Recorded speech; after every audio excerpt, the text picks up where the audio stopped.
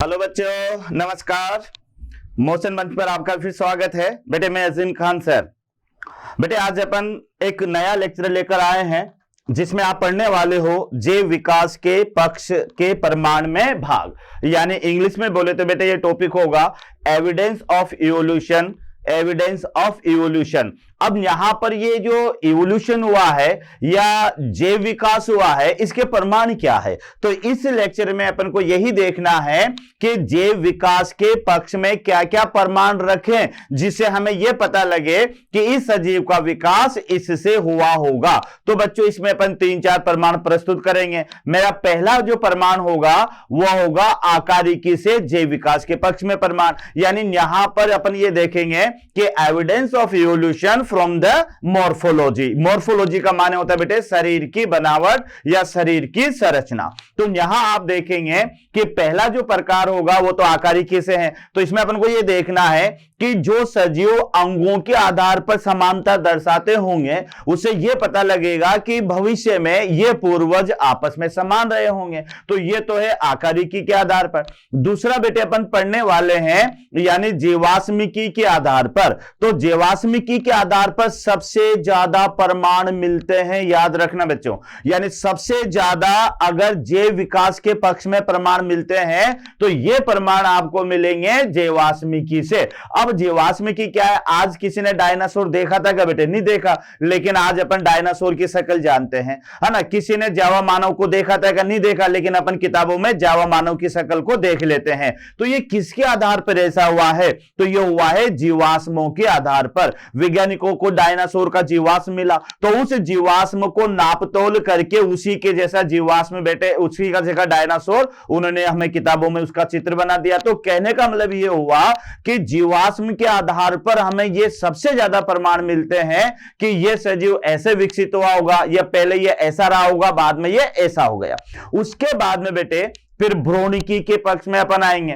तो भ्रूणिकी में एक आपने नियम सुना होगा जिसको एक तरह से पुनरावर्ती नियम भी कहते हैं या बायोजेनेटिक लॉ भी कहते हैं बेटे, जो हैकेल के द्वारा दिया गया था। और उसने क्या कहा था कि जैसे मान लेते हैं कई जंतुओं के कोर्डेट्स के भ्रूण होते हैं, तो आरंभ में उनमें सामान्य लक्षण पहले बन जाते हैं, जैसे नोटोकोड पहले बन जाएगी, ग्रसनी क्लोम दरारें पहले बन जाएगी। उसके अलावा बेटे पृष्ठीय तंत्रिका तंत्र भी बन जाएगा। तो आरंभ में अगर अपन कोर्डेट्स के भ्रूणों को देखेंगे तो सभी के अंदर ये तीनों लक्षण समान मिलेंगे आपको।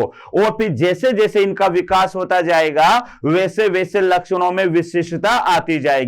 तो इससे हमें क्या पता लगता है कि हमें यह पता लगता है कि हमारे सबके पूर्वज, जैसे मान लो मनुष्य है, मेंढक है, मछली है, सांप है, कबूतर है, इन सब के पूर्वज कभी ना कभी एक रहे होंगे। इन्हीं से फिर बाद में आगे चलकर ये सारे सजीवों का विकास हुआ होगा।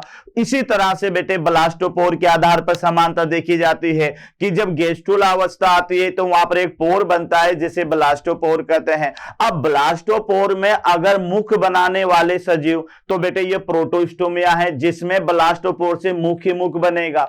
और एक होता है बेटे ड्यूटेरोस्टोमिया जिसमें हमें यह पता लगेगा कि ब्लास्टोपोर से एनस बनेगा। तो फिर यह हुआ कि प्रोटोस्टोमिया में आने वाले जितने भी सजीव हैं उनका विकास भी किसी एक पूर्वज से रहा होगा, या ड्यूटेरोस्टोमिया में आने वाले जितने भी सजीव हैं उनका विकास भी किसी एक पूर्वज से रहा होगा। इसी तरह से बेटे देहभित्ति के आधार पर भी समानता है कि किसी में तो यह द्विस्तरीय होती है, किसी में यह त्रिस्तरीय होती है। द्विस्तरीय वाले जंतु से ऐसा लगेगा कि इनका विकास किसी एक पूर्वज से हुआ होगा। त्रिस्तरीय वाले देहभित्ति वाले जंतु में ऐसा लगेगा कि इनका विकास किसी अलग पूर्वज से हुआ होगा।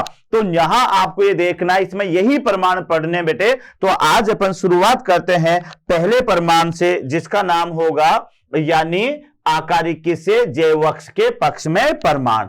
तो यहां पर आप देखिएगा, यहां आप देखो बच्चों कि जैव विकास के पक्ष में प्रमाण। तो ये जैव विकास के पक्ष में प्रमाण यानी एविडेंस ऑफ इवोल्यूशन, इसको आप इस तरह से कह सकते हैं evidence of evolution. Evidence of evolution, तो ये याद रखना एविडेंस ऑफ इवोल्यूशन, जिसके पक्ष में पहला प्रमाण अपन लेंगे यानी आकारिकी से जैव विकास के पक्ष में प्रमाण। इसको इंग्लिश में अगर आप लिख लें तो बेटे evidence of evolution evidence of evolution from morphology, बहुत इंपॉर्टेंट है, कई बार क्वेश्चन आ चुके हैं, याद रखना यहां से, यानी बहुत इंपॉर्टेंट है बेटे, कई बार यहां पर क्वेश्चन आ चुके हैं। Evidence of evolution from morphology. तो अब ये आपसे कहती क्या है बेटे कि एविडेंस ऑफ इवोल्यूशन क्या है। तो यहां आपको ध्यान से समझना है कि यहां पर अपन को आकारिकी और शरीर संरचना के आधार पर ही देखना है। तो पहले समझ लो ध्यान से कि कई सजीव ऐसे होते हैं बेटे जो अपने शरीर संरचना या आकारिकी या मॉर्फोलॉजी के आधार पर उनके अंगों में समानता और असमानता पाई जाती है। तो इस समानता और असमानता के आधार पर यह सजीव आपस में संबंध स्थापित करते हैं। तो यह कहलाएगा आकारिकी से जैवक्ष के पक्ष में प्रमाण। अब ये जो अंग हैं जो संरचना या जो है आकारिकी में समानता या असमानता दर्शाते हैं, तो इन्हें बेटे अपन तीन भागों में बांटेंगे। पहला मेरा ऑर्गन होगा समजात अंग, इसको ध्यान से समझो, होमोलोगस ऑर्गन, यानी ऐसा अंग या ऐसे अंग जो संरचना और उत्पत्ति में तो समान होंगे लेकिन बेटे ये कार्य में क्या होंगे, अलग अलग होंगे। अब यहां पर आप कहोगे ऐसा कैसे, तो आप ये देख लो कि जैसे हमारा हाथ है तो इसमें ये हुमरस है, ये रेडियस अल्ना है, ये कार्पल है, मेटाकार्पल है। ऐसे घोड़े की टांग होगी बेटे तो उसमें भी हुमरस, रेडियस अल्ना, वही कार्पल और मेटाकार्पल। उसी तरह से पक्षियों के जो पंख होंगे बेटे, चमगादड़ के पंख, तो उसके अंदर भी वही हुमरस, रेडियस अल्ना और साथ में कार्पल, मेटाकार्पल। वेल का आप देखोगे तो उसके अंदर भी वही humerus, radius ulna, carpal, metacarpal. मतलब ये हुआ कि इनकी अगर अंदर की संरचना देखेंगे अपन, इनकी उत्पत्ति देखेंगे तो बेटे समान नजर आ रही है, लेकिन जब कार्य देखेंगे तो मनुष्य के हाथ का कार्य अलग होगा, घोड़े की टांग का कार्य अलग होगा, पक्षी के पंख का कार्य अलग होगा और ब्लू व्हेल के पखने का कार्य अलग होगा। तो अब समझ में आ गया कि ऐसे अंग जो संरचना में और उत्पत्ति में तो बेटे समान होते हैं लेकिन फंक्शन में अलग अलग होते हैं, क्या कहलाते हैं, समजात अंग कहलाते हैं। और ये जो समजात अंगों में जो संरचना के आधार पर समानता पाई जाती है इसे होमोलोगी कहा जाता है, यानी समजातता कहा जाती है। और बेटे समजातता के आधार पर जो विकास होता है उसे डाइवर्जेंट या फिर जो है अपसारी विकास कहते हैं। और इसके कई सारे उदाहरण यहां पर अपन देखेंगे, जैसे कई सारे उदाहरण बेटे की कीटों के मुखांग भी है, एक उदाहरण तो मैंने बता दिया, दूसरा कीटों के मुखांग भी है। उसके अलावा बेटे जो है क्या कहते हैं यहां पर वर्षण और अंडाशय भी, ये कई सारे एग्जांपल यहां पर देखेंगे। तो पहला अंग तो आपको क्या याद करना है, समजात अंग याद करना है। दूसरा बेटे याद रखना वो आएगा एनालोगस। अब एनालोगस का मतलब होता है समवर्ती अंग। तो ये अंग क्या होते हैं बच्चों, इसमें उल्टा कर दो आप, इसमें क्या होगा कि यह अंग संरचना और उत्पत्ति में तो अलग अलग होंगे लेकिन फंक्शन में समान होंगे। कैसे समझेंगे, जैसे लीजिएगा तितली का पंख, नंबर 1, नंबर 2 किसी अन्य पक्षी का पंख, और नंबर 3 चमगादड़ का पंख। तो यहां अगर आप देखेंगे तो बेटे तीनों की हड्डियों में अंतर होता है। चमगादड़ की जो पंख होता है वो तो हड्डियों का बना होगा जो सामान्य मनुष्य या और जंतुओं के जैसी होगी। पक्षियों का जो पंख बना होगा वह खोखली हड्डियों का बना होगा जिसमें हवा भरी होगी, और तितलियों के पंख में हड्डियां नहीं पाई जाएगी बच्चों। तो इसका मतलब यह हुआ कि संरचना में तो तीनों के पंख अलग अलग, लेकिन बेटे तीनों के पंखों का क्या कार्य है, तो तीनों के पंखों का कार्य है उड़ना। तो यहां पर आप देखो कि संरचना तो है अलग अलग लेकिन कार्य है समान। तो ऐसे अंग जो संरचना में तो अलग अलग होते हैं लेकिन कार्य में समान होते हैं, तो यह अंग कहलाते हैं समवर्ती अंग। क्लियर।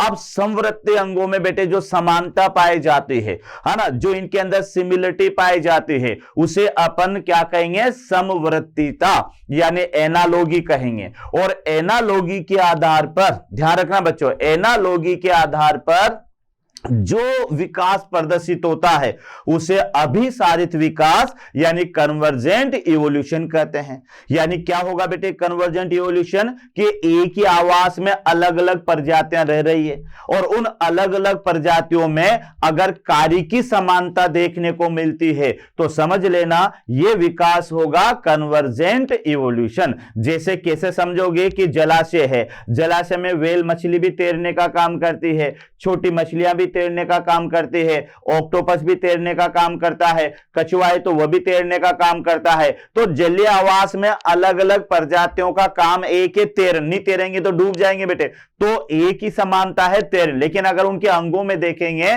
तो अंगों में तो उनमें असमानता पाई जाती है। तो इसको अपन कहेंगे बेटे अपसारित यानी कन्वर्जेंट विकास। इसके कई सारे उदाहरण हैं, लाइसोसोम जो है स्पिरोसोम का एनालॉगस है, माइटोकॉन्ड्रिया बेटे मीजोसोम का एनालॉगस है, हाथी की सूंड मनुष्य के हाथ का एनालॉगस है, ऑक्टोपस की आंख मनुष्य की आंख की एनालॉगस है ना। ऐसे कई सारे उदाहरण यहां पर अपन देखेंगे जो संरचना में तो ये जो है अलग अलग होते हैं लेकिन बेटे कार्य में समान होते हैं। फिर अपन एक तीसरे अंग पर आएंगे जिसको अवशेषीय अंग कहेंगे, वेस्टिजियल ऑर्गन। क्या होते हैं बेटे वेस्टिजियल ऑर्गन, यानी शरीर में मौजूद तो है लेकिन बेटे नॉन फंक्शनल है, यानी ये कार्य नहीं कर रहे हैं, कार्य विहीन है। तो शरीर में मौजूद ऐसे ऑर्गन जो कार्य विहीन और अल्प विकसित होते हैं उन्हें कहा जाएगा कौन से, यानी अवशेषीय अंग। जिससे क्या पता लगेगा, इससे हमें यह पता लगेगा कि आज ये जो अंग हमारे अंदर मौजूद है और ये कार्य नहीं कर रहा है, इसका मतलब क्या हुआ कि कभी न कभी हमारे पूर्वज में यह अंग सक्रिय रहा होगा और वहां पर यह कार्यशील होगा। तो इससे बेटे हमें पूर्वजता का पता लगता है। और यह भी याद रखना मानव में 180 अवशेषीय अंग पाए जाते हैं, पूरे कबाड़ खाना है, ध्यान रखना। उनमें से मेन मैं आपको बताऊंगा। जैसे बेटे एक तो नेत्र की यहाँ पर होती है, निमेशक पटल होती है ना, कर्ण पल्लव पेशियां होती है, इस उदर भाग पर पाए जाने वाली पेशियां होती है ना, नर में पाए जाने वाले निपल्स होते हैं, उसके अलावा शरीर पर पाए जाने वाले बाल होते हैं। तो ये कई सारे अवशेषीय अंग है जो मानव में पाए तो जाते हैं लेकिन इनका कोई फंक्शन नहीं होता मनुष्य के अंदर और ना ही बेटे कोई कार्य होता और ना ही ये ज्यादा विकसित होते। तो आइए अपन यहां पर पहले डेफिनेशन दे देते हैं बेटे कि सजीवों के अंगों में, यानी यहां पर याद रखना इसकी डेफिनेशन याद करना बेटे कि बहुत से सजीव होते हैं, सजीव समानता और समानता के आधार पर, ध्यान रखना बेटे, सजीव समानता तथा असमानता, यानी इसको इस तरह से याद रख लें कि जो सजीव होते हैं बेटे, जो सजीव होते हैं वह संरचना और किसके अंदर, आकारिकी में। ये ध्यान रखना, सजीव संरचना व आकारिकी, सजीव संरचना व आकारिकी में कुछ अंगों के आधार पर, कुछ अंगों के आधार पर समानता या असमानता प्रदर्शित करते हैं, असमानता प्रदर्शित करते हैं। तो बच्चों यहां पर आप ध्यान से देख लें कि यहां आपको यह पॉइंट याद रखना है कि आकारिकी से जैव विकास के पक्ष में प्रमाण। तो आप कैसे समझाएंगे कि कुछ सजीव ऐसे होते हैं बेटे जो संरचना और साथ में आकारिकी में कुछ अंगों के आधार पर समानता और असमानता प्रदर्शित करते हैं। तो ये इससे हमें एक प्रमाण मिलेगा कि जो सजीव अंगों में समानता दर्शाएंगे उसे यह पता लगेगा बेटे कि इनका जो पूर्वज है वो ये रहा होगा, और कुछ अंग जो सजीव हैं वह अंगों में समानता नहीं दर्शाएंगे, इसे हमें यह पता लगेगा कि इनका विकास इन पूर्वजों से नहीं हुआ होगा। तो ध्यान से समझ लें, पहला एविडेंस है हमारे पास में, यानी evidence of evolution from the morphology. तो शरीर के जो अंग होते हैं बेटे वो आकारिकी रूप से या वो संरचनात्मक रूप से कुछ सजीव तो आपस में समानता प्रदर्शित करते हैं और कुछ सजीव आपस में असमानता प्रदर्शित करते हैं। तो फिर ये जो समानता और समानता के आधार पर जो अंग है इसी को अपन कहेंगे evidence of evolution from the morphology. तो यहां आप देखिएगा, और इसके आधार पर अपन पहला ऑर्गन यहां लेते हैं, और ये ऑर्गन होगा हमारे पास में यानी समजात अंग। ये ध्यान रखना बेटे, जिसको आप इंग्लिश में याद रखेंगे होमोलॉगस ऑर्गन। याद रखना बेटे, कौन सा ऑर्गन? Homologous organ.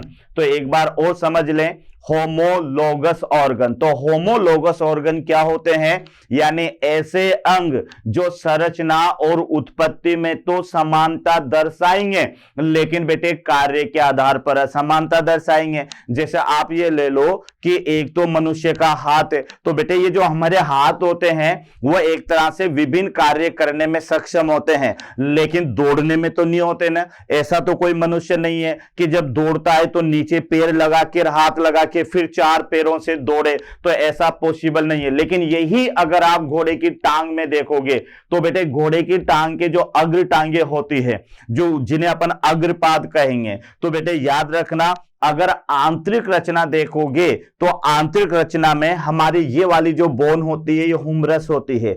फिर ये बेटे यहां पर फोरआर्म आती है, तो यहाँ रेडियस अल्ना होती है। उसके बाद में यहां पर चलते हैं तो ये कार्पल होता है, और इधर चलते हैं तो ये मेटाकार्पल और डिजिट होती है। ये तो है मानव के हाथ की आंतरिक संरचना। यही आंतरिक संरचना अगर आप घोड़े की टांग की देखोगे तो बेटे उसके अंदर भी आपको हुमरस मिलेगी, उसके अंदर भी आपको रेडियस अल्ना मिलेगी, उसके अंदर भी आपको कार्पल, मेटाकार्पल और डिजिट मिलेगी। मतलब ये हुआ कि इन दोनों की आंतरिक संरचना तो समान है, लेकिन क्या देख रहे हैं कि मनुष्य का हाथ तो विभिन्न कार्य करने में सक्षम है, लेकिन दौड़ने में सक्षम नहीं है। लेकिन घोड़े की टांग बेटे विभिन्न कार्य करने में सक्षम नहीं है, केवल दौड़ने में सक्षम है। तो यहां पर क्या देख रहे हैं कि आंतरिक संरचना तो दोनों में समान है, लेकिन बेटे कार्य सबका क्या है? अलग अलग है। तो अब समझ लेना ध्यान से कि ऐसे अंग जो संरचना उत्पत्ति में तो समान होते हैं परंतु कार्य में अलग अलग होते हैं, समजात अंग कहलाते हैं। तो कई बार क्वेश्चन आता है, याद रखना। तो इसको आप यहां से लिखेंगे, यानी वह अंग जो संरचना, ध्यान रखना बेटे, वह अंग जो संरचना व उत्पत्ति का माने होता है बेटे ओरिजिन।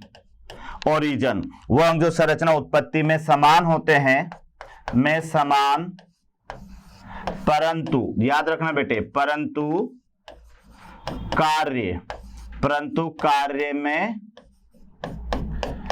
अलग अलग होते हैं, कार्य में अलग अलग होते हैं, समजात अंग कहलाते हैं, समजात अंग कहलाते हैं, समजात अंग कहलाते हैं।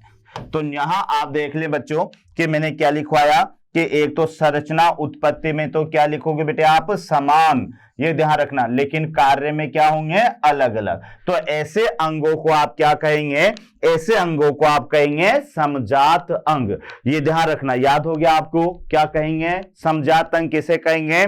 जो संरचना और उत्पत्ति में तो समान होंगे, लेकिन बेटे कार्य में क्या होंगे?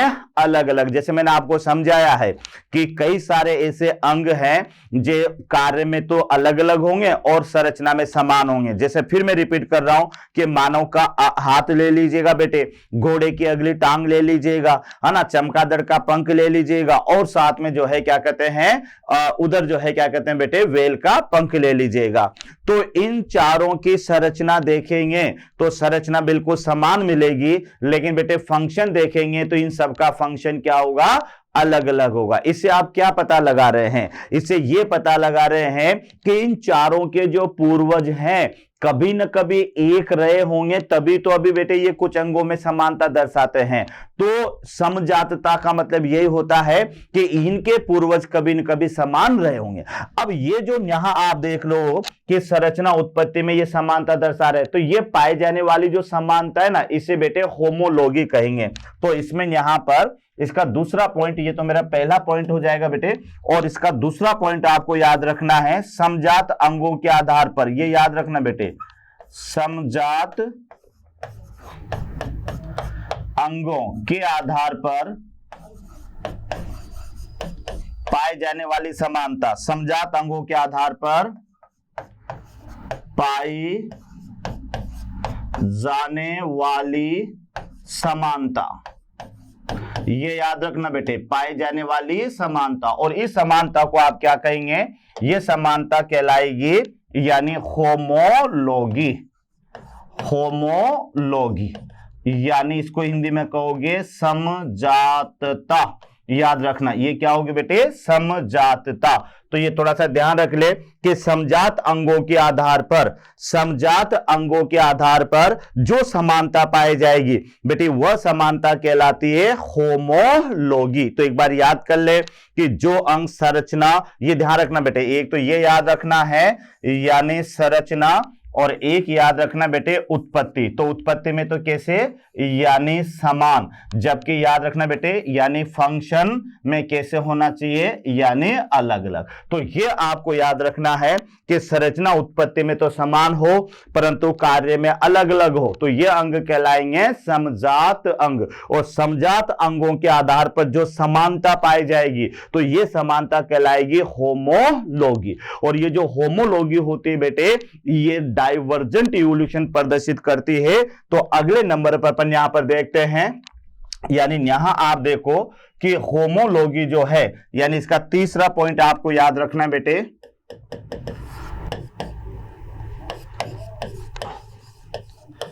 होमोलॉगी, याद रखना बेटे, स्टार लगाना इसको, होमोलॉगी अपसारित, अपसारित,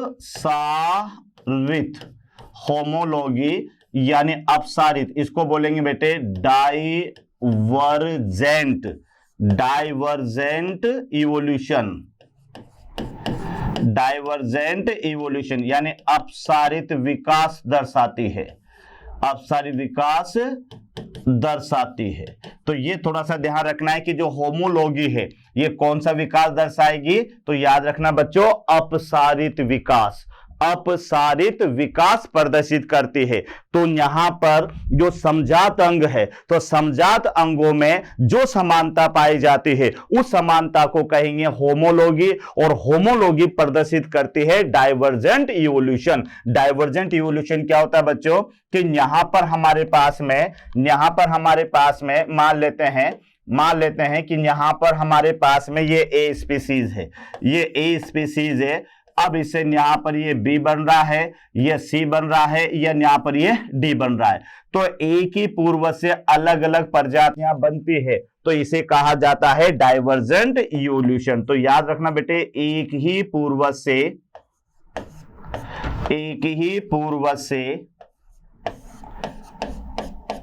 कई अन्य जातियों का विकास, कई अन्य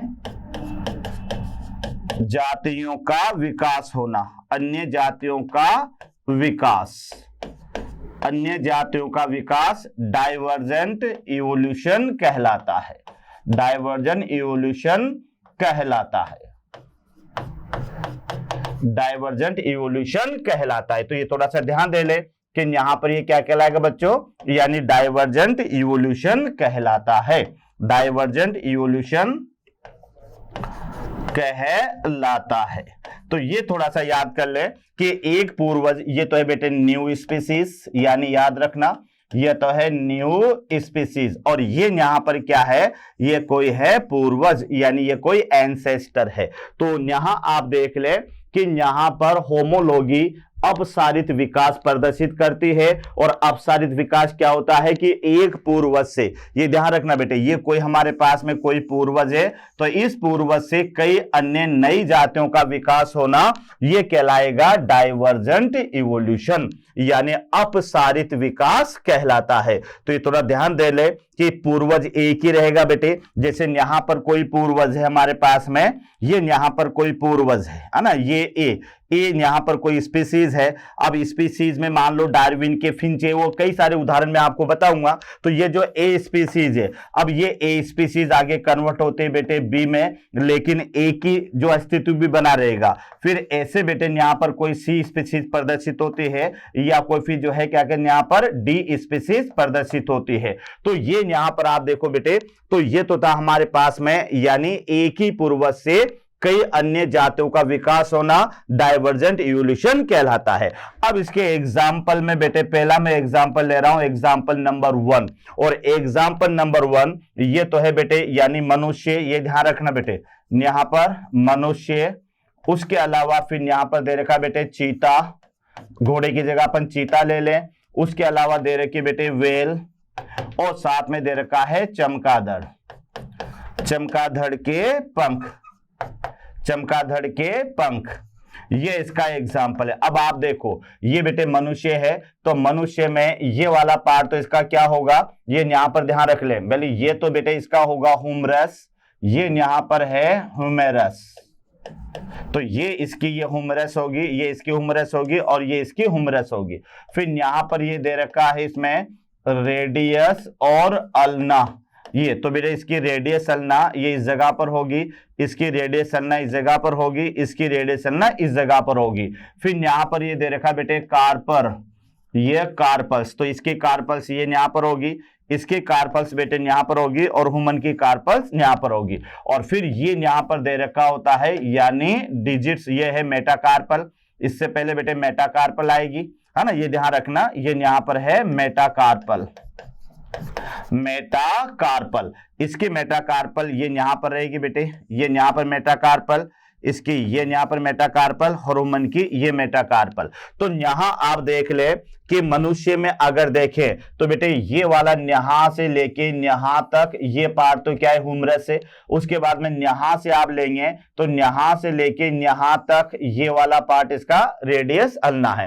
तो कहने का मतलब ये हुआ कि सभी के अंदर बेटे यहां से आप देखें तो इनमें आपको समानता क्या क्या देखने को मिलेगी, एक तो हुमरस, ह्यूमरस, उसके बाद में बेटे रेडियस अल्ना, रेडियस अल्ना, है ना, रेडियस अल्ना के बाद में बेटे यहां पर आपको मिलेगी मेटाकार्पल, यानी पहले तो कार्पल याद रखना, कार्पल, कार्पल के बाद में बेटे मेटाकार्पल, मेटाकार्पल, और मेटाकार्पल के बाद में यहां पर डिजिट्स। तो ये आपको देखना है कि ये मनुष्य है, चीता है, वेल है, चमगादड़ है, तो बेटे इनके अंदर जो आप देखो तो यहां पर इसका कार्य तो क्या होगा बेटे, यानी विभिन्न कार्य होगा, इसका कार्य दौड़ना होगा, इसका कार्य तैरना होगा, इसका कार्य जो है उड़ना होगा, यानी इसके हाथ का कार्य तो बेटे विभिन्न कार्य, विभिन्न कार्य, इसका तो हाथ का कार्य, इसका कार्य होगा बेटे दौड़ना, दौड़ना, इसका कार्य यहां पर होगा यानी तैरना, और इसका कार्य जो यहां पर होगा बेटे चमगादड़ का ये होगा उड़ना। तो आप ये देख लीजिएगा कि सबके अंगों का जो कार्य है वह अलग अलग है, लेकिन अगर आंतरिक संरचना देखें तो वही सबकी जो है संरचनाओं में humerus, radius ulna, carpal, metacarpal और डिजिट्स, ये अस्थियां आपको यहां पर देखने को मिलेगी।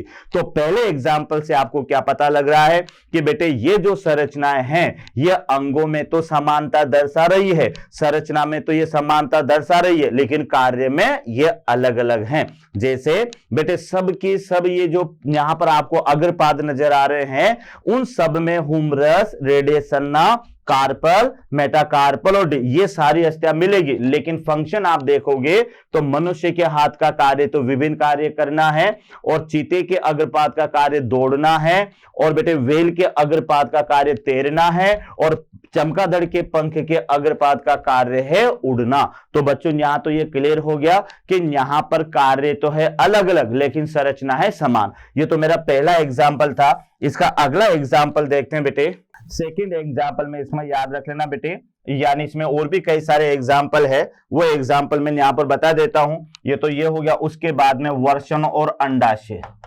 वर्षण व अंडाशय। अगला एग्जाम्पल मैंने यहां पर ले लिया, ये एग्जाम्पल है बेटे टेस्टिस एंड ओवेरीज। अब बताओ ये कैसे?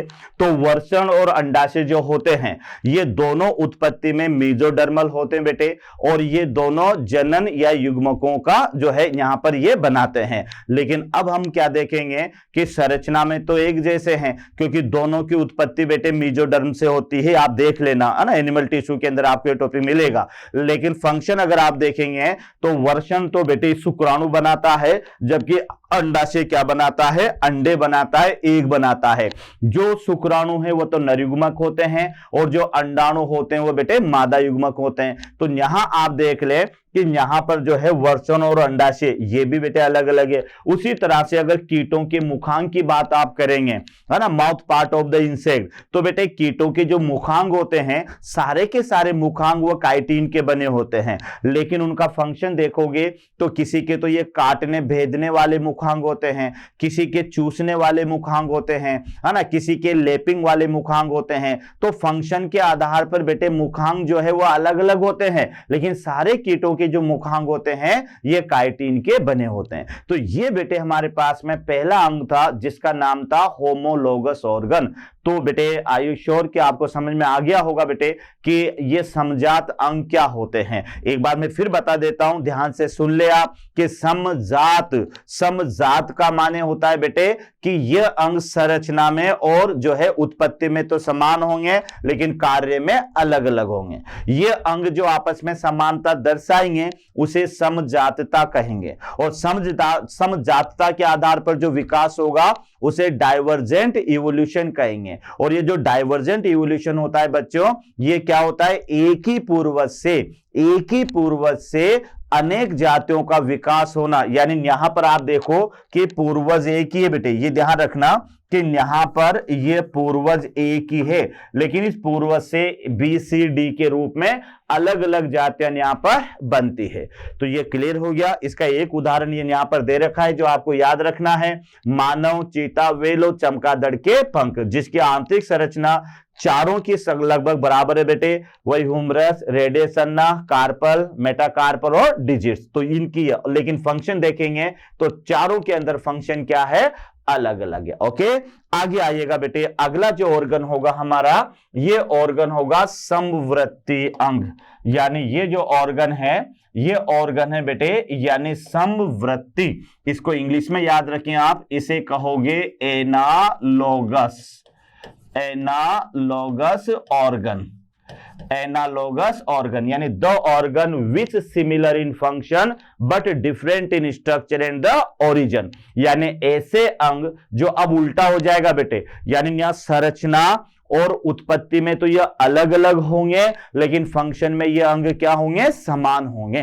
फंक्शन में ये समान होंगे। तो इन अंगों की समानता जो कहलाएगी वह समवृत्तिता कहलाएगी, एनालॉगी कहलाएगी। और एनालॉगी के आधार पर जो विकास होगा उसे अभिसारित या कन्वर्जेंट इवोल्यूशन यहां पर कहेंगे। तो क्या होगा बेटे कन्वर्जेंट इवोल्यूशन? कि एक ही आवास में, ये ध्यान रखना बच्चों, एक ही आवास में अगर विभिन्न जातियां पाई जाती है और उस आवास में विभिन्न जातियों में जो कार्य के आधार पर समानता पाई जाएगी उसे आप कन्वर्जेंट इवोल्यूशन कह सकते हो। बहुत सारे उदाहरण यहां पर अपन देखेंगे, है ना। तो ये यहां पर आप देखिएगा। तो सबसे पहला टॉपिक है हमारा यानी इसका समवृत्ति अंग यानी एनालॉगस। तो बेटे पहला पॉइंट से अपन शुरुआत करते हैं। तो पहला पॉइंट हमारा इसका क्या रहेगा? नंबर 1 यानी यह अंग समानता, ध्यान रखना बेटे, संरचना तथा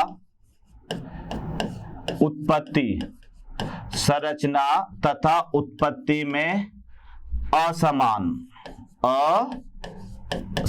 ध्यान रखना बेटे, संरचना उत्पत्ति में असमान, परंतु ये याद रखना बेटे, परंतु कार्य में समान। तो ये आपको याद रखना है कि ये संरचना उत्पत्ति में तो रहेंगे बेटे असमान, ये याद रखना, और कार्य में रहेंगे ये समान। तो ध्यान रखना समानता किस में दर्शाएंगे यानी किसके आधार पर दर्शाएंगे? कार्य के आधार पर। तो फिर ये जो समानता पाई जाएगी यानी कार्य के आधार पर कार्य के आधार पर, ध्यान रखना बेटे, कार्य के आधार पर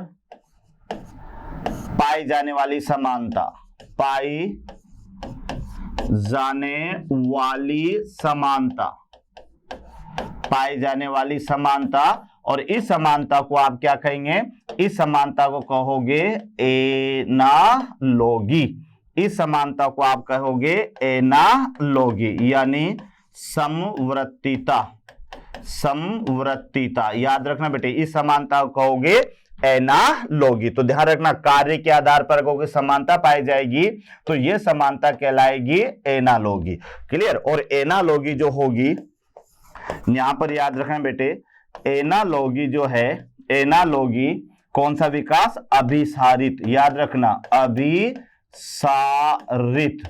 एनालॉगी अभिसारित यानी कन्वर्जेंट इवोल्यूशन, कन्वर्जेंट इवोल्यूशन प्रदर्शित करती है, अभिसारित विकास प्रदर्शित करती है, अभिसारित विकास प्रदर्शित करती है। तो ये थोड़ा ध्यान रखना, अभिसारित विकास प्रदर्शित करती हैं। तो ये आप देख लें ध्यान से, अभिसारित विकास प्रदर्शित करती हैं। तो यहाँ आप देखें, एक बार मैं रिपीट कर रहा हूं बेटे, ध्यान से समझ लें आप यहाँ पर कि एक तो है संरचना और उत्पत्ति के आधार पर तो ये अंग असमान होंगे, परंतु याद रखना बेटे कार्य के आधार पर ये समान होंगे। यहां तक क्लियर? कार्य के आधार पर जो समानता पाई जाएगी, इस समानता को एनालॉगी, वर्ड याद करना, एनालॉगी यानी समवर्तीता कहेंगे। और समवर्तीता ध्यान रखना बेटे अभिसारित विकास प्रदर्शित करती है। तो यहां पर आप देखो अभिसारित विकास। अब यह अभिसारित विकास क्या होगा, यहां पर आप देख लीजिएगा अभिसारित विकास। तो इसको आप यहां पर थर्ड पॉइंट में आप देख सकते हैं, यानी फोर्थ पॉइंट में, कि एक ही आवास में, ये याद रखना बेटे, एक ही आवास के अंदर आपको अलग अलग सजीव मिलेंगे। यहां ध्यान से समझो कि एक ही तालाब है या नदी है या कोई समुद्र है, तो बेटे समुद्र के अंदर आपको व्हेल भी मिलेगी, छोटी मछलियां भी मिलेगी, बड़ी मछलियां भी मिलेगी, कछुए भी मिलेंगे और जो है ऑक्टोपस भी मिलेंगे। यहां आप देखोगे कि इनके अंगों में तो असमानता है, लेकिन सारे के सारे सजीव केवल एक ही समानता प्रदर्शित कर रहे हैं, और वह समानता है कार्य या तैरना।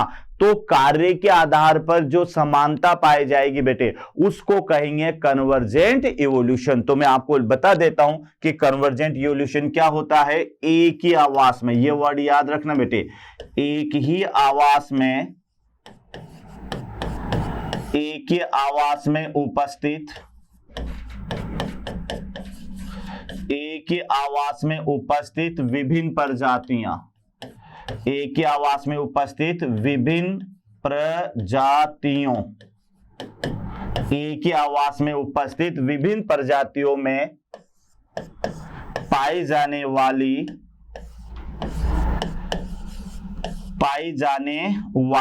ध्यान रखना बेटे, पाई जाने वाली कार्य की समानता, यानी यहां पर याद रखना पाई जाने वाली कार्य की समानता, पाई जाने वाली, ये वर्ड याद रखना, पाई जाने वाली कार्य की, ये वर्ड याद करना बेटे, कार्य की समानता, कार्य की समानता अभिसारित विकास कहलाती है। अभिसारित यानी convergent, convergent evolution, convergent evolution यानी अभिसारित विकास कहलाता है, अभिसारित विकास कहलाता है, अभिसारित विकास कहलाता है। तो बच्चों यहां आप देख ले कि अभी अभी अपन ने क्या पढ़ा, यानी एनालॉगस। तो एनालॉगस को मैं वापस फिर रिपीट कर रहा हूं, जो आपको याद रखना है कि शरीर में पाए जाने वाले ऐसे अंग जो संरचना और उत्पत्ति में तो अलग अलग होते हैं, लेकिन बेटे कार्य में समान होते हैं। तो ये जो कार्य में समान होंगे, तो ये जो संबंध रहेगा कार्य के आधार पर, जो संबंध है, उस संबंध को आप एनालॉगी यानी समवर्तीता कहेंगे। और समवर्तीता कौन सा विकास प्रदर्शित प्रदर्शित कर रही है, तो बेटे याद रखना वह अभिसारित विकास प्रदर्शित करती है, यानी कन्वर्जेंट इवोल्यूशन। मतलब अलग अलग जगह से एक ही जगह पर कई प्रजातियां आ गई और आकर बेटे वहां पर वो क्या कर रही है, अभिसारित विकास। यानी ऐसे याद रखोगे कि अभिसारित विकास में न्यू होगा कि अलग अलग जगह से कई सारी प्रजातियां एक ही आवास में आ गई और एक ही आवास में आकर बेटे वह संरचना में तो अलग अलग है, लेकिन उस एक आवास में वह किसी न किसी एक फंक्शन के लिए समानता प्रदर्शित कर रही है। तो यहां आप देख ले कि एक ही आवास में उपस्थित विभिन्न प्रजातियों में पाई जाने वाली, बच्चों ये याद रखना, पाई जाने वाली कार्य की समानता, पाई जाने वाली कार्य की समानता अभिसारित विकास या फिर जो है डाइवर्जेंट इवोल्यूशन प्रदर्शित करती है।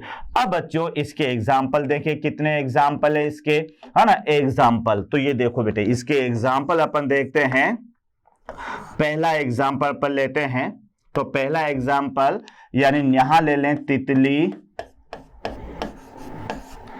तितली कोमा पक्षी, तितली कोमा पक्षी कोमा चमगादड़, चमगादड़ के पंख, चमगादड़ के पंख। अब इसको आपको समझना है क्योंकि यहां पर अपन लिखेंगे नहीं बेटे, तितली पक्षी, ये ध्यान रखना, तितली पक्षी और चमगादड़ के पंख। अब देखो तितली के पंख बेटे मुलायम होते हैं, उनमें कोई हड्डियां नहीं पाई जाती। पक्षियों के पंखों में हड्डियां पाई जाती लेकिन खोखली होती है, और चमगादड़ के जो पंख होते हैं वो त्वचा के रूपांतरण से बनते हैं, ये याद रखना। तो बेटे तीनों की तीनों संरचना में अलग अलग हैं ये, लेकिन सबका कार्य क्या है, सबका कार्य है उड़ना, तो उड़ने का कार्य इन दोनों में समान है। तो एक उदाहरण तो ये याद करना, देखो बेटे अगर पक्षियों के पंख और साथ में जो है क्या कहते हैं तितली के पंख और ये पक्षी के पंख और चमगादड़ के पंख, ये आपस में एनालोगस हैं, ये होमोलोगस नहीं है, ध्यान रखना, क्लियर। क्योंकि चमगादड़ के जो पंख होते हैं ना वह पेटिजिया कहलाते हैं, जो त्वचा के रूपांतरण से बनते हैं, और जो पक्षियों के पंख होते हैं उनमें खोखली हड्डियां पाई जाती है जिन्हें न्यूमेटिक अस्थियां कहते हैं, जिनमें हवा भरी होती है, शरीर में उत्प्लावनता आती है, और तितलियों के पंखों में हड्डियां नहीं पाई जाती, याद रखना। तो ये संरचना में तीनों अलग अलग हैं लेकिन फंक्शन में बेटे क्या है, समान है। उसके बाद में दूसरा उदाहरण यहां पर अपन देखेंगे। दूसरा उदाहरण अगर आप देखोगे बेटे तो यहां पर मनुष्य का हाथ, मनुष्य का हाथ व हाथी की सूंड, वह हाथी की सूंड। तो ये याद रखना, मनुष्य का हाथ व हाथी की सूंड। तो बेटे मनुष्य का हाथ और हाथी की सूंड का काम उठापटक करना है कि अपन भी इन हाथों से कई कार्य करते हैं, और उसी तरह से जो हाथी की सूंड है वह भी विभिन्न कार्य करने में काम आते हैं, लेकिन संरचना क्या है, अलग अलग है। उसी तरह से आप तीसरा उदाहरण देख लीजिएगा, मनुष्य की आंख, मनुष्य की आंख तथा ऑक्टोपस की आंख, तथा ऑक्टोपस की आंख। तो ये याद रखना, मनुष्य की आंख तथा ऑक्टोपस की आंख। तो ये दोनों की आंखें बड़ी बड़ी होती है लेकिन उत्पत्ति अलग अलग होती है। उसके अलावा बेटे माइटोकॉन्ड्रिया, माइटोकॉन्ड्रिया, और ये एनालोगस होता है किसका, मीजोसोम। अब जब कभी आपने कोशिका को पढ़ा होगा बच्चों, तो कोशिका में जो जीवाणु कोशिका होती है उसकी प्लाज्मा मेम्ब्रेन के अंतर्वलन से एक रचना बनती है जिसको मीजोसोम कहते हैं, और ये मीजोसोम शोषणकारी होता है। जिस तरह से हमारी कोशिका में माइटोकॉन्ड्रिया शोषणकारी होता है, उसी तरह से याद रखना कि जीवाणु कोशिका में मीजोसोम शोषणकारी होता है, इतना आपको याद रखना है। उसके अलावा यहां पर बेटे केचुए की, ये याद रखना, केचुए की क्लोरोगोगन सेल, क्लोरोगोगेन, क्लोरोगोगेन सेल, और ये मनुष्य के लिवर का एनालोगस है, मनुष्य का लीवर, मनुष्य का लीवर। तो ये यहां पर इसका एनालोगस है। तो आप देख लें और भी कई सारे उदाहरण हैं। अगर यहां पर लाइसोसोम, लाइसोसोम बेटे, लाइसोसोम एनालोगस है स्पिरोसोम का, स्पिरोसोम, लाइसोसोम और ये एनालॉगस है स्पिरोसोम का। दोनों में आपको बता दूं कि दोनों कोशिका में पाए जाने वाली माइक्रोसोम है जो कि एकल झिल्ली से घिरी हुई रहती है। अब दोनों संरचना ध्यान रखना बेटे कि लाइसोसोम के अंदर तो स्ट्रोमा भरा होता है जबकि इसके अंदर स्ट्रोमा नहीं पाया जाता। लाइसोसोम जो होते हैं ये बेटे ध्यान रखिएगा अधिकतर पचाने का काम करते हैं, जबकि यहां आप देखो कि लाइसोसोम के अंदर पाए जाते हैं जल अपघटनकारी एंजाइम। उसी तरह के एंजाइम आपको किसमें देखने को मिलेंगे? स्पिरोसोम के अंदर। तो यहां आप देख लें, यहां पर आप देख लें बच्चों क्या क्या मैंने एग्जाम्पल बताए, तितली, पक्षी और चमगादड़ के पंख। ये एग्जाम्पल बहुत ही इंपॉर्टेंट है, इसको तो याद करना ही करना है, आपको ध्यान रखना। जबकि अगर आ जाए चमगादड़ का पंख, उसके अलावा वेल का पंख और मनुष्य का हाथ, तो बेटे ये कैसे है? होमोलोगस है। लेकिन तितली का पंख, चमगादड़ का पंख और पक्षी का पंख अगर ये आ जाए तो फिर ये एनालोगस है। तो एक तो ये याद रखना है। उसके अलावा आप ये देखो कि मनुष्य की आंख और ऑक्टोपस की आंख ये भी एनालोगस है। माइटोकॉन्ड्रिया और मीजोसोम ये भी एनालोगस है। केचुए की क्लोरोगोगन सेल, याद करना जब केचुआ पढ़ोगे तो इसकी एक सेल होती है क्लोरोगोगन सेल। तो बेटे ये जो क्लोरोगोगन सेल है, ये क्लोरोगोगन सेल भी मनुष्य जो है क्या कहते हैं मनुष्य के यकृत की समझा एनालोगस है। क्यों? क्योंकि ये दोनों का कार्य है यूरिया बनाना, यानी दोनों बेटे यूरिया का निर्माण करते हैं। इस आधार पर जो है ये आपस में समानता प्रदर्शित करते हैं। उसके बाद में आप देखो तो लाइसोसोम और स्पिरोसोम ये दोनों का कार्य बेटे यानी हाइड्रोलाइटिक एंजाइम। तो इस तरह से ये हमारे पास में दूसरा ऑर्गन था जिसको आपने पढ़ा, और ये ऑर्गन था बेटे हमारे पास में संवृत्ति। अब अगले ऑर्गन की ओर आते हैं अपन। तो अगला जो ऑर्गन होगा ये होगा अवशेषी अंग। आइएगा ये अवशेषी अंग क्या होते हैं? तो यहां बेटे अवशेषी अंग को यहां कहोगे आप यानी वेस्टिजियल ऑर्गन। वेस्टिजियल ऑर्गन अवशेषी अंग, अवशेषी अंग, अवशेषी अंग या फिर इसे कहा जाएगा वेस्टिजियल ऑर्गन। वेस्टिजियल ऑर्गन तो होते क्या है बेटे? यानी शरीर में मौजूद तो होते हैं, शरीर में मौजूद तो होते हैं लेकिन बेटे कार्य विहीन होते हैं। तो ऐसे अंगों को कहा जाता है अवशेषी अंग। तो याद रह जाएगा, यानी शरीर में मौजूद ऐसे अंग जो कार्य विहीन तथा अल्प विकसित होते हैं, इन्हें जो है अवशेषी अंग कहा जाता है। तो आइएगा अपन डेफिनेशन दे देते हैं बेटे अवशेषी अंगों की। यानी शरीर में उपस्थित वह अंग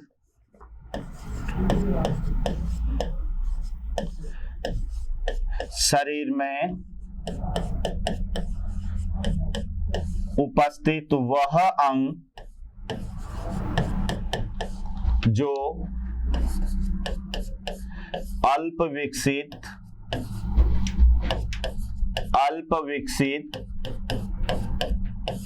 तथा कार्यविहीन होते हैं। अल्प विकसित तथा कार्यविहीन, वर्ड याद करना, कार्यविहीन होते हैं, अवशेषी अंग कहलाते हैं। अवशेषी अंग कहलाते हैं, अवशेषी अंग कहलाते हैं। तो बच्चों यहां पर याद कर लें कि शरीर में उपस्थित वह अंग जो अल्प विकसित होते हैं और कार्यविहीन होते हैं, less develop and less functional होते हैं, तो यह अंग कहलाते हैं अवशेषी अंग। एक बार फिर रिपीट कर लें, शरीर में मौजूद तो होते हैं लेकिन बेटे वो कार्यविहीन होते हैं और अल्प विकसित होते हैं, जो ये कहलाएंगे अवशेष। अब इसे क्या पता लगेगा कि ये जरूर शरीर में अवशेषी है यानी कार्यविहीन है, लेकिन बेटे कभी न कभी तो ये किसी न किसी के अंदर तो सक्रिय रहे होंगे। तो अवशेषी अंगों के आधार पर हमें हमारी पूर्वावस्था का पता लगता है, एटेविज्म का पता लगता है, पूर्वावस्था का पता लगता है। तो शरीर में मौजूद वह अंग जो अल्प विकसित होते हैं और कार्य विहीन होते हैं। मनुष्य में कुल अवशेषी अंग, ये याद रख लें, मनुष्य में उपस्थित कुल अवशेषी अंग, कुल अवशेषी अंग मनुष्य के शरीर में उपस्थित कुल अवशेषीय अंग, और ये याद रखोगे 180, यानी बेटे मनुष्य एक पुराना कबाड़ खाना है। यानी इसका मतलब ये हुआ कि हमारा जो विकास है कई पूर्वजों से होता हुआ होगा बेटे। तभी तो आप देखो कितने अवशेषीय अंग, 180 अवशेषीय अंग। तो फिर यहां पर देखें मनुष्य में उपस्थित मुख्य अवशेषीय अंग, ये यहां पर आप देखें मनुष्य में उपस्थित मुख्य अवशेषीय अंग, अवशेषीय अंग। अब इसमें पहला अवशेषीय अंग जो मैं ले रहा हूं वह निक्टिटेटिंग मेम्ब्रेन, यानी जिसको कहोगे आप निमेशक झिल्ली, निमेशक झिल्ली। तो ये बेटे जिसको निक्टिटेटिंग मेम्ब्रेन भी कहा जाता है, निमेशक झिल्ली भी कहा जाता है। और ये कहां होती है, यानी यहां पर देखिएगा कि इस तरह से ये यहां पर नोज है, तो बेटे यहां पर ये जो आईज होती है इस तरह से, ये यहां पर आईज होती है, तो ये तो हमारा नेत्र होता है, इस जगह पर ये प्रेजेंट होती है ना। तो ये होती है निक्टिटेटिंग मेम्ब्रेन, यानी यहां आप देख लें कि ये जो है नोज है उसके जस्ट पास में होती है निक्टिटेटिंग मेम्ब्रेन, यानी निमेशक झिल्ली। तो ये जो निमेशक झिल्ली है ये मनुष्य में बेटे पाई तो जाती है, लेकिन ये कार्यविहीन है। लेकिन जिन जंतुओं में ये पाई जाती है ये आंख के ऊपर फैल करके उसकी सफाई का कार्य करती है। तो एक अवशेषीय अंग तो ये याद रखना। दूसरा जो अवशेषीय अंग है, दूसरा अवशेषीय अंग वो है बेटे यहां पर, यानी सीकम, सीकम, और या फिर जो है क्या कहते हैं वर्मीफॉर्म अपेंडिक्स। तो ये भी थोड़ा याद करना, यानी अवशेषीय अंग जो है ये है यहां पर हमारे पास में एक तो सीकम और एक वर्मीफॉर्म अपेंडिक्स, सीकम और एक है बेटे वर्मी फॉर्म अपेंडिक्स, अपेंडिक्स। ये मनुष्य के आंत्र में पाए जाते हैं और यहां पर सेल्यूलोज का पाचन होता है जो कि मानव के अंदर नहीं होता है। उसके बाद में आपको याद रखना है कि उसके अलावा बेटे यहां पर ईयर पिन्ना मसल्स, कर्ण पल्लव पेशियां, कर्ण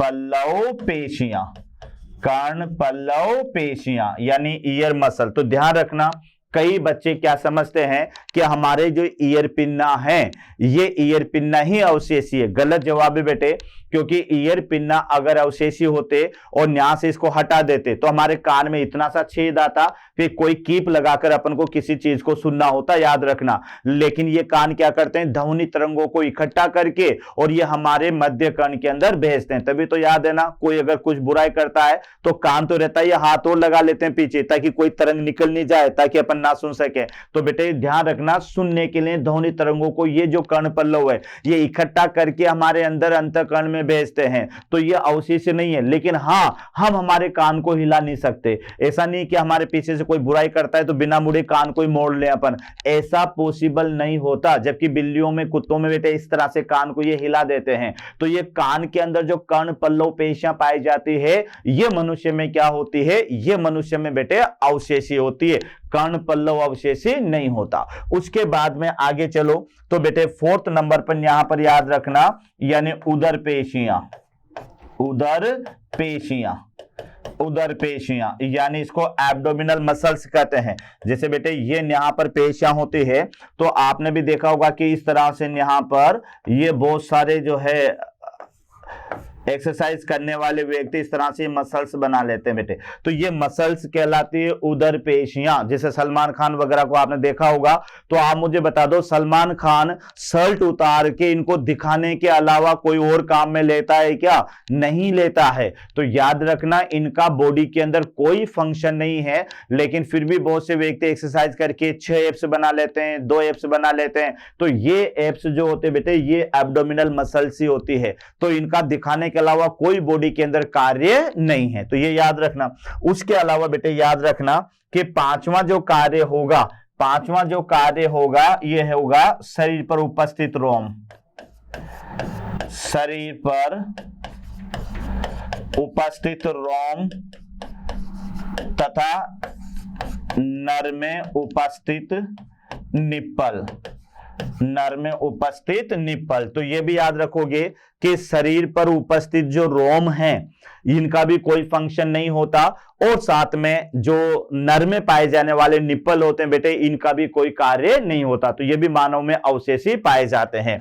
और एक यहां पर छठा याद कर लेना, यानी तीसरा मोलर दांत, यानी third molar teeth, third molar teeth, जिसको विजडम टीथ भी आप कहोगे, जिसे अक्कल दाढ़ भी बेटे आप कहोगे।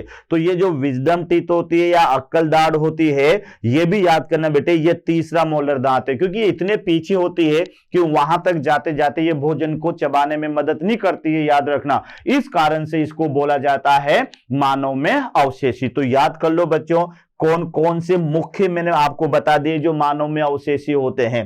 पहला तो निमेशक झिल्ली जो हमारे आंख के यहां पर पाई जाती है, ये याद रखना। दूसरा सीकम और वर्मीफॉर्म एपेंडी। जब आप एलिमेंट्री कैनाल पढ़ोगे तो बेटे बड़ी आंत का एक दूसरा पार्ट होता है या पहला पार्ट होता है सीकम। तो सीकम एक छोटी चेंबर नुमा रचना होती है जहां पर सेल्यूलोज का पाचन होता है। मनुष्य में सेल्यूलोज का पाचन नहीं होता है, इस कारण से मनुष्य के अंदर यह अवशेषी होती है। इसी के पीछे एक छोटी सी अंगुली नुमा रचना होती है जिसे वर्मीफॉर्म अपेंडिक्स कहते हैं। तो बेटे यह भी मनुष्य में अवशेषी होता है, लेकिन कभी कभी इसमें सूजन आ जाती है जहरीले पदार्थ भरे होने के कारण। तो बेटे पेट में बहुत अचानक खतरनाक पेन होता है जिसको एपेंडाइसिटिस कहते हैं। तो इसका एक ही इलाज है, ऑपरेशन करके इसको हटा दिया जाता है। उसके बाद में बेटे कर्ण पल्लव पेशियां। तो हमारे इन कानों में पेशियां नहीं मतलब पाई तो जाती है लेकिन बेटे विकसित नहीं होती। यही कारण है कि हमारे कानों को अपन इधर उधर नहीं हिला सकते। काश अगर ऐसा हो जाता तो गर्मी के दिनों में जैसे लाइट जाती ना तो बच्चे छोटे छोटे कानों को हिलाने के और एक दूसरे को हवा करते, लेकिन ऐसा नहीं होता है। उसके अलावा फिर याद रखना उदर पेशियां। कई बेटे बॉडी बिल्डर जो होते हैं वो हमारे इस एब्डोमिनल पार्ट में इन पेशियों के गट्स बना लेते हैं, है ना। तो जिन्हें अपन एक तरह से पैक्स बोलते हैं, जैसे 8 पैक्स या 6 पैक, इस तरह से। तो बेटे ये दिखाने के अलावा इनका कोई बॉडी में काम नहीं है।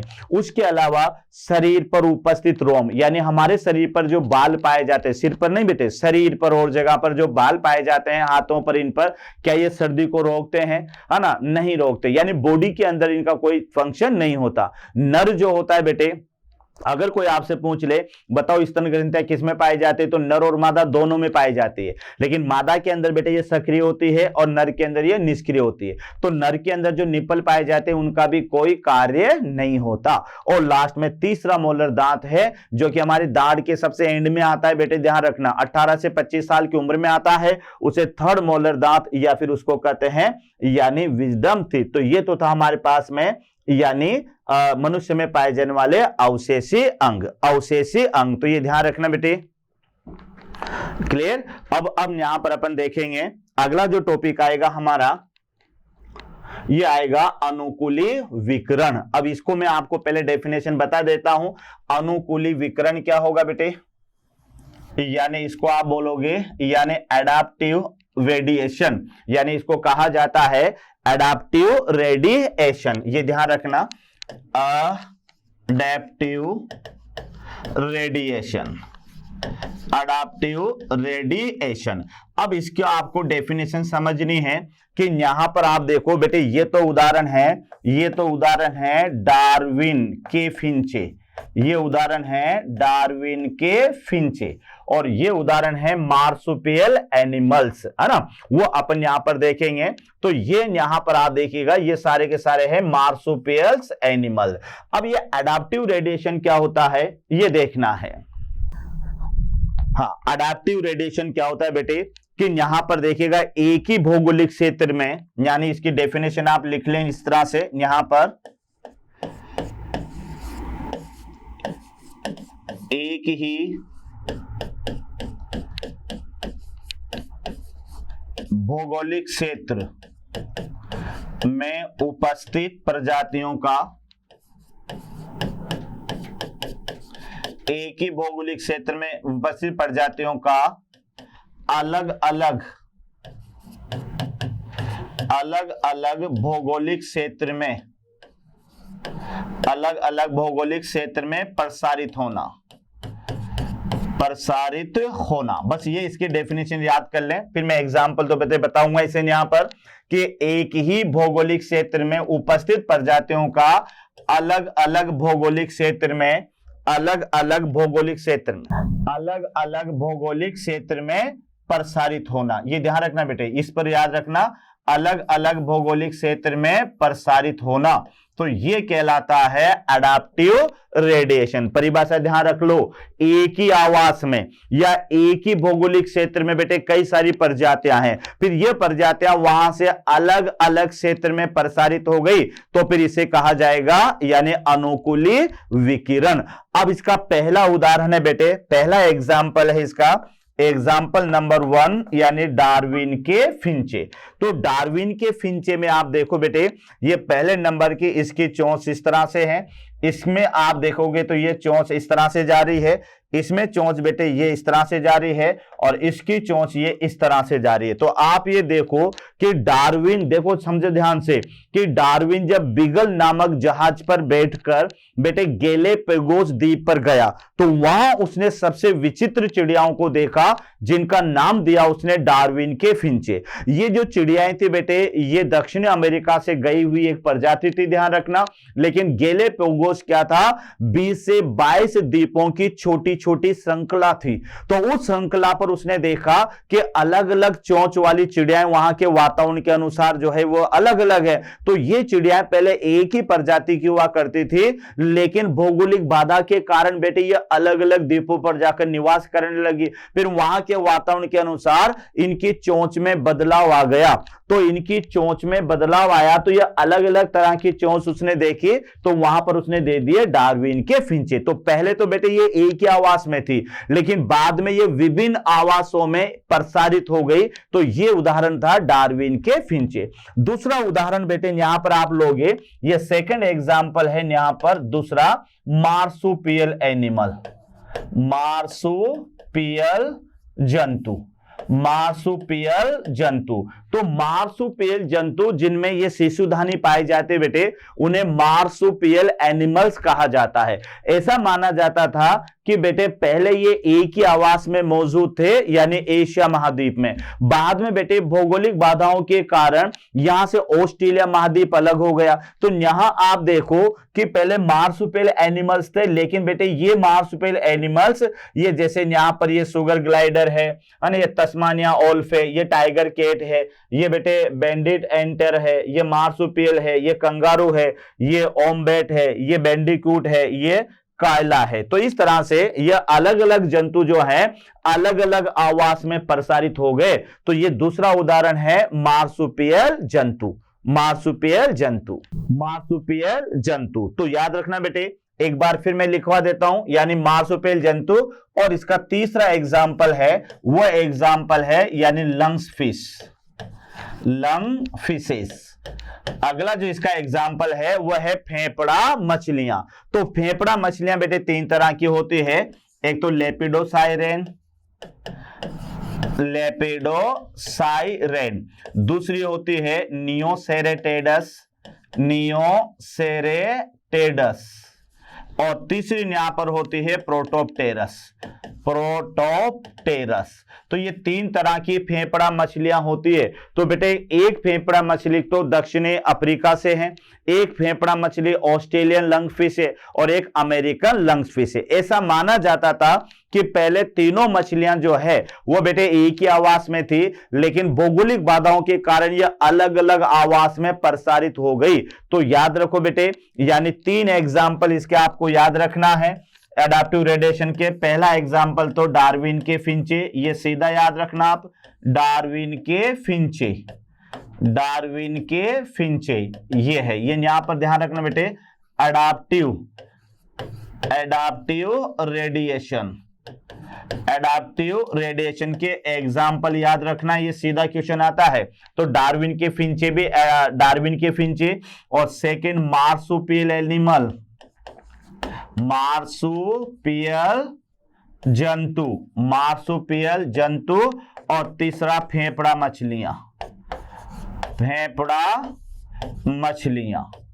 तीसरा एग्जाम्पल है इसका फेफड़ा मछलियां, इन तीनों में आप देखोगे तो एक ही आवास में रहने वाले जो जंतु है वो बेटे अलग अलग आवास में प्रसारित होकर अलग अलग प्रजातियों में विकसित हो जाते हैं। तो ये टॉपिक था बेटे हमारा, यानी पहले एविडेंस जिसका नाम था आकारिकी से जैव विकास के पक्ष में प्रमाण, जिसमें आपको समजात अंग, संवृत्ति अंग, उसके अलावा बेटे जो है क्या कहते हैं अवशेषी अंग, और एक छोटा सा टॉपिक था हमारा एडाप्टिव रेडिएशन यानी अनुकूली विकिरण। तो अनुकूली विकिरण में इतना सा याद कर लेना कि एक आवास में अलग अलग प्रजातियां मौजूद है, उनका अलग अलग भौगोलिक क्षेत्र में प्रसारित हो जाना, अलग अलग भागों में बट जाना या चले जाना, यह कहलाता है एडाप्टिव रेडिएशन। तो इसी के साथ में बेटे आज ये टॉपिक था हमारा। तो आपको एक बार फिर मोशन मंच की ओर से बहुत बहुत धन्यवाद। थैंक यू बेटे। आशा करता हूं हमारे टॉप एजुकेटर का यह लेक्चर आपको पसंद आया होगा। अगर पसंद आया है तो वीडियो को लाइक करिए, चैनल को सब्सक्राइब करिए और शेयर भी करिए, क्योंकि ज्ञान बांटने से बढ़ता है और सही बताऊं तो पुण्य भी मिलता है। मुझे सुनने के लिए बहुत बहुत धन्यवाद। Thank you.